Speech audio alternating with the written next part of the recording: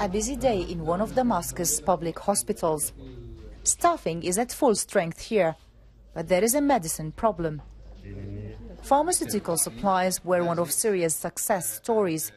It used to produce 90% of its own needs, but the violence has hit this sector too. We have some decrease in some kinds of drugs. We have about 20 kinds of drugs unavailable here. The situation here is relatively lucky. There are some shortages in this government-supported hospital, but across the country, the situation is far worse. Dozens of hospitals have had to close down. And it's not just hospitals. The fighting in the north of the country, in the city of Aleppo, is where the majority of pharmaceutical factories were.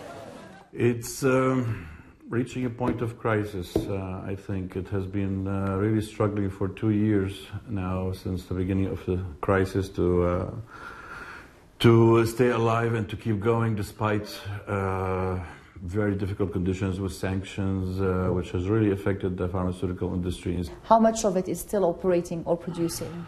Now, 25–30% at maximum, I would say.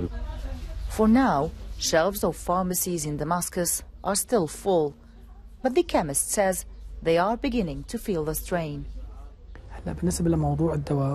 The medicine situation isn't as it was because of what's happening in the country. There's no fuel, factories are closing down, workers can't get to work.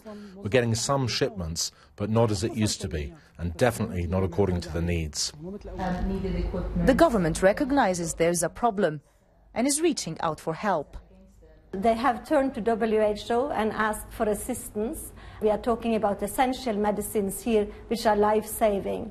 And we are actually then trying to see how we can supply this, but we are also appealing to the humanitarian community for funding for this to make sure that we can get the medicine in. The UN says they are supplying opposition areas too. These makeshift hospitals are the most in need. They are in hotspot opposition areas and attacked by government forces.